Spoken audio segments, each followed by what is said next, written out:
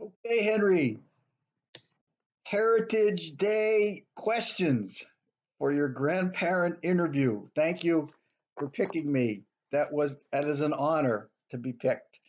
So I'm going to send you all these things in writing, but I figured I'd also send you this little video so you could hear me explain some of these things. How's that? So I'll read the question and then give you the answer that so which grandparent are you interviewing? That would be me, John Francis Franzoni. When and where were you born? I was born on May 28th, 1955, and that was in Pennsylvania at the Nesbitt Hospital. I've also attached to this the bill. I have the bill right here that I found in my mother's house for how much the hospital was for me to be born. The hospital cost $78.20, and insurance paid $50 of it. So it cost $28.20 for me to be born. You can't even get a Xbox game for that now. Uh, what country or countries were your ancestors from? Well, on my father's side, that would be Italy and Lithuania. My grandfather was from Italy, his wife was from Lithuania. And on my mother's side, they were Polish. Everybody was Polish from Poland. Do I still have any relatives living in any of those countries? I do not think I do, not that I know of. So that's the story there. Do you know who came to America and about when did they come over? Do you know why they moved? Well, the first one, the one that I know is on my father's side. My grandfather, Jules, came over when he was a kid. He was 12 or 13 years old. He came over with his father and his mother. His father's name was Henry Franzoni, and his mother's name was Catherine, and he had a bunch of sisters that were with him. So they came over actually on a boat from Italy, and they came through Ellis Island, New York, just like a lot of the immigrants did then, and signed in and got all their papers to be naturalized into the US. And they came over in about 1916, 1917. So they came over from Italy. Does anyone in our family have something that belonged to one of our ancestors, such as Bible, clothes, furniture, dishes, etc.? Uh, Not that I don't have a lot of things. We don't have a lot of things. The one very special thing that I do have was my grandfather, Jules, gave me a watch, this watch right here, that was given to him. It was given to him. Actually, this is the band that it came with. It came with this nice gold band. And it was given to him by the priest in Luzerne for being such a good help around the church.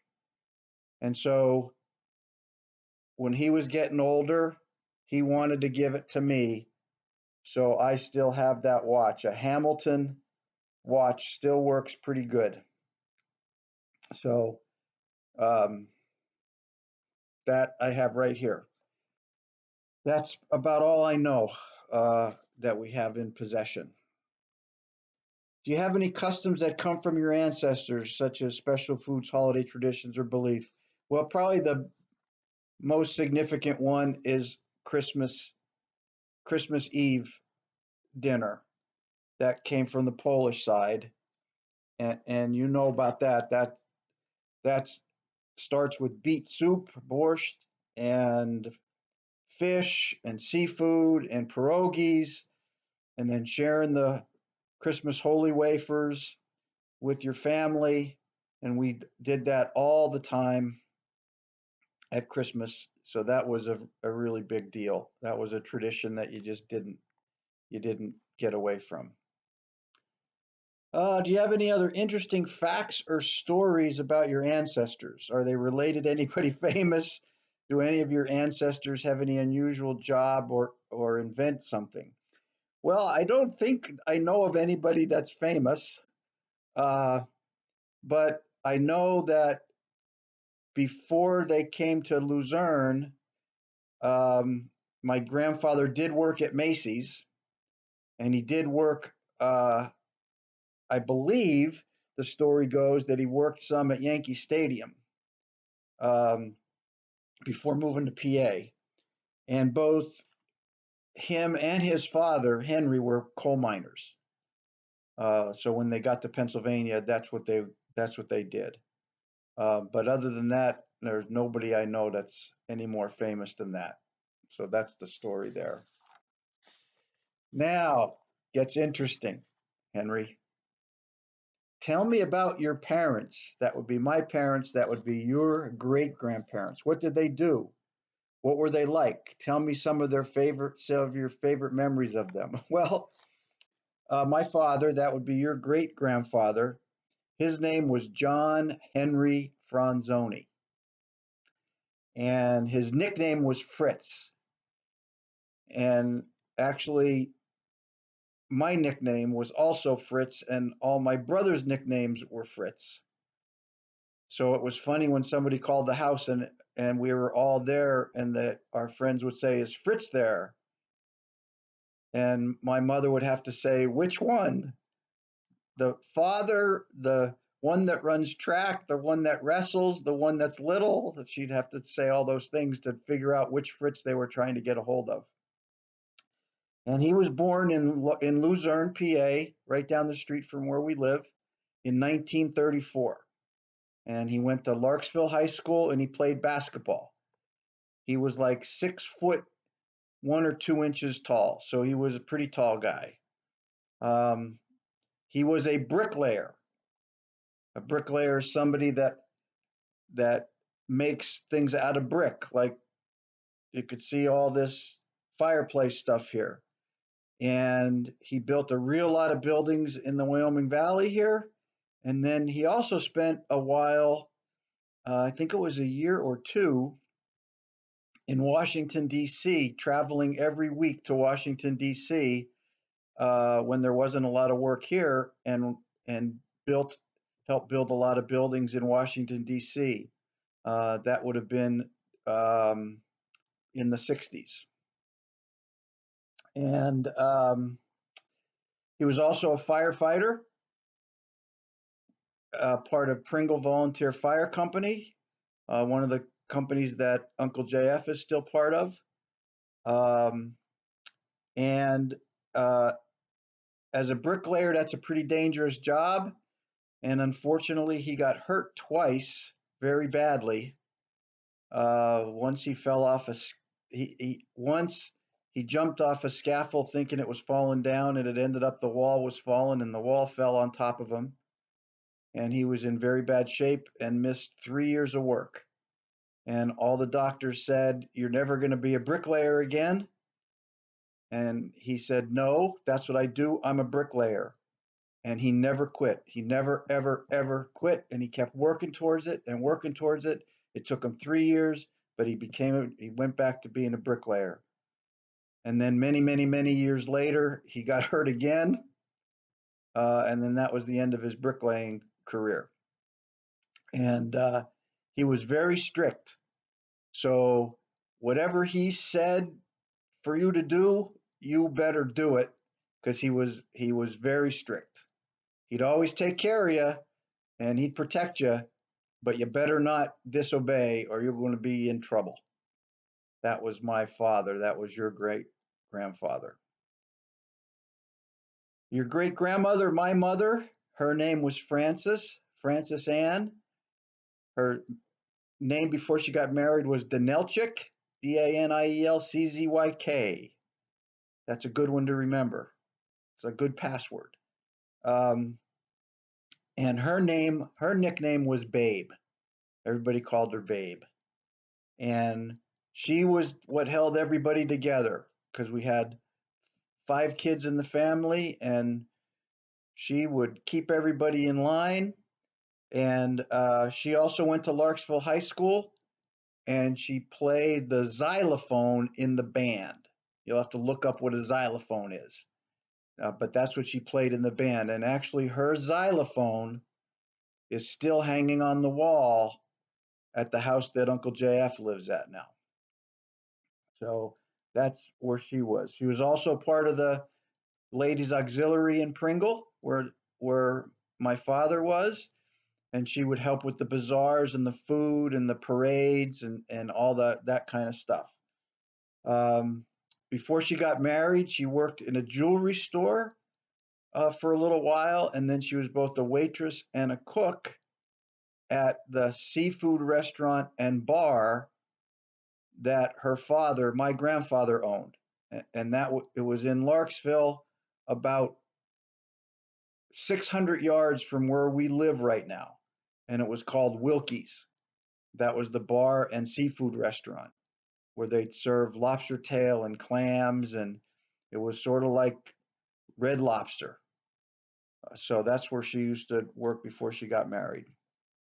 And she was very, very good at crafts. She was very, very good sewer, very good at knitting and making different things, making clothes and making all different things. She was very, very, very kind to people and would help everybody out the best that she could. Um, but if we were bad, she would make us kneel upright in the kitchen on the kitchen floor until my father got home. So if we were bad, that's what we got. We either got sent to the corner to stand in the corner, or we had to kneel straight up, not kneel back on your butt, but kneel straight up. Sometimes between when you got home from school and when my father got home, that could be up to an hour. So there were times you had kneeled for an hour if you got yourself in trouble. And it was better if to be kneeling than what my father would get for you, because that wasn't good. So that was what she did. And she always made sure that everybody went to church every week. So that was my mother, your great grandmother. What was school like when you were young? What were your favorite subjects? What were your least favorite parts of school? How was it different from today? Well, I school was a lot of fun. I had a lot of fun at school. You walk to school, you walk to the elementary school. I went to Pringle Elementary School and then Wyoming Valley West High School. And in the elementary school, there were two grades in one room because there weren't enough teachers and there weren't enough. So, two different grades, first and second, third and fourth, fifth and sixth, that were all like first and second grade would be in the same room. So for a little while, the teacher would teach first grade while the other kids were doing their homework, and then she'd teach second grade while the first graders were doing their homework, and that's how you did it. There were no computers; it was just pen and paper, pencil and paper, and there was no school nurse. If you, I got hurt, I stabbed myself one time with a really sharp pencil, and there was no school nurse, so they sent you to the janitor. So I went down into the basement, into the dark basement to see the janitor, and he sprayed Windex on it. As a matter of fact, in one of my hands, I still think I have a little piece of graphite in there from the good old days. But that was how it was. Um, and every day there was only chalkboards. There was no like electronic boards or PowerPoint or projectors or anything. It was all chalkboards. So every day the teacher would pick somebody different to go and take all the erasers outside and clean them. And then you had to bang the erasers on the ground to get all the chalk out of the erasers, and then you could come back in and bring them all back in. That was the job for the day. Um, Subjects, I really liked math and science. I always liked math and science. I really hated typing class. I didn't do good at typing class at all. I even had to take it twice and still didn't do good the second time. Um, and I also always preferred reading short stories and different articles versus really long books. I'm probably still like that today. I read a real lot, but it's always shorter articles and little short stories and stuff like that. So that was school. What kind of games did you play when you were young? Well, at recess we would play marbles, where you had to shoot a marble inside a circle and try to steal the marbles from your buddy if you hit them, and tag. Did a lot of running and played a lot of tag in school. Um, and then when I got home, we would play with our toy trucks and Tonka trucks underneath our porch in the dirt. We had a lot of big piles of dirt underneath the porch, and we play with the Tonka trucks underneath the dirt, or go ride our bikes. Um, we'd also play army out in the woods behind our house, and we would always play wiffle ball in the backyard with a real good wiffle ball and a real good wiffle bat, and we'd play for hours playing wiffle ball. How did you celebrate Christmas when you were young? Well, Christmas was my mother's favorite holiday for sure. And the Christmas Eve dinner, as we talked before, was very, very special. So, and that was always held at my grandmother's house on my mother's side. And we had the same thing that we had this year. We would always have beet soup and fish. We'd have salmon patties and pierogies, and we'd pass around the Christmas wafers and tell everybody that you loved them and wish for a happy next year. We did that all the time. And then after that, we would go to the other grandparents, my father's parents' house, and all of his brothers and sisters and their kids and all would be there, and we would open Christmas Eve presents at that grandma's house. Um, and then the next day, we always went to church. There was no Saturday masses back then, so we'd always go to church on Sunday, on Christmas Day. Um, and then we would typically open our presents before going to Christmas Mass. And Santa always wrapped at our house. Santa always wrapped the presents in funny paper, in the funny paper part of the newspaper. That was it, and we knew that was from Santa, that it was wrapped up like nice like that. And then after that, we spent the rest of the day traveling around visiting different relatives and playing with our toys. Um, Tell me about some stories when you were young. They could be funny or embarrassing. Tell me a story about a way God took care of you in difficult situations. It could also be a time when you got in trouble. You don't ever think your pop would be ever in trouble, do you? That's no, that's not, that can't be. Hey, so when I was little in elementary school, they made fun of me. They used to call me Spock. Like if you ever watched Star Trek and Spock, the guy with the pointy ears, they would call me Spock because I had big ears. Actually, I think it was because I had a little head and my ears were the right size then, but now they're all okay. But they used to call me Spock. That was very not good. But I got back at them because every recess, one of the first things we would do is have a race around Pringle School. And I made sure I was the one that always won. And it really made them mad. It was either me or Pete Sokolowski, and no one could beat us. And I thought, well, if they're going to make fun of my ears, I'm going to be the fastest kid because that was a big deal to see who the fastest kid in the school was. So that's how I took care of that. Um, what else can I tell you? Uh, Actually, even in Little League, I was not a very good Little League player, but I was the fastest kid on the team. So I was always the pinch runner. Anytime somebody got on base, they put me in.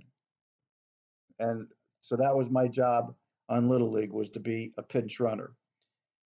Now, as far as a time God helped me out of difficult situations, well, I'll tell you what. When I went to catechism was church school. Every Sunday you went after church, you went to catechism and you learned about God and everything about the church. And during that time, they taught me in preparation for a test, because I was always a little concerned about taking tests. They said, well, pray to Jesus, Mary, and Joseph, and ask Jesus, Mary, and Joseph to make sure you could do the best that you can on this test. And to remember that, they said, before you take the test, up in the corner of the paper, because remember back in those, everything was paper. There was no computers or anything, so everything was written on paper. In the corner of the paper, write the initials JMJ, Jesus, Mary, Joseph. And so that's what I did. I did that through my high school days, and I did that through all of my college days. You could even go up in the attic, and I still probably have tests from college that written up in the corner in pencil is JMJ, Jesus, Mary, and Joseph. Help me do as good as I can on this test. So I'll remember that for my whole life. Um, Now, as far as getting in trouble, I was the oldest, and as you know, Henry, we got to set a good example. So I didn't get in a real lot of trouble, unlike Uncle Jimmy and Uncle Gary, who seemed to always be in trouble. I was not. I, however, there were times. So one of the times was when I played little league, you had to walk to practice, and I would throw the ball as I walked to where the practice was. It was about a half a mile away. I would have my mitt and I'd throw the ball up in the air and I'd catch it as I was walking. And I wasn't paying attention. And as I got down to the corner of our street, I threw the ball up in the air and I accidentally broke the neon sign outside of Sadusky's bar, which is still there today. So I broke the neon sign and it shattered all over the sidewalk. And I panicked and I ran away as fast as I could. That was a mistake. I should not have done that. I should have gone into Mr. Sadusky and say, Mr. Sadusky, I'm sorry I broke your, but I didn't. So, lesson to you, if that ever happens to you, fess up. It'll all be okay. So I ran away and I ran to practice. And needless to say, within 20 minutes, they found me. And it ended up my dad had to pay to get the sign fixed. So that was probably not good, but that's one of the times I got myself in trouble. Um, what values or traditions do I want most to pass down from me to you? Well, Henry, I think you and I have talked some of these things before, but I'll tell you what, here's a couple of them to keep remember as you go through life. Always treat people the way you want to be treated. If you don't want people picking on you, then you don't pick on them, right? If you want people to help you when you need a little bit of help, then you ought to help people when they need a little help. So that's very important. Now, with that said, one of the things my father used to always tell me was that that's good, treat others as you want to be treated. But also, he used to tell me, you get treated the way you allow yourself to be treated. So sometimes if people are treating you badly, not okay. And if you keep taking that, that's not okay. So you have to stand up for yourself if that's required sometimes. Um, the other thing I'd say is do what's right. Always do what's right, even if it's not easy. Sometimes the easy thing isn't the right thing.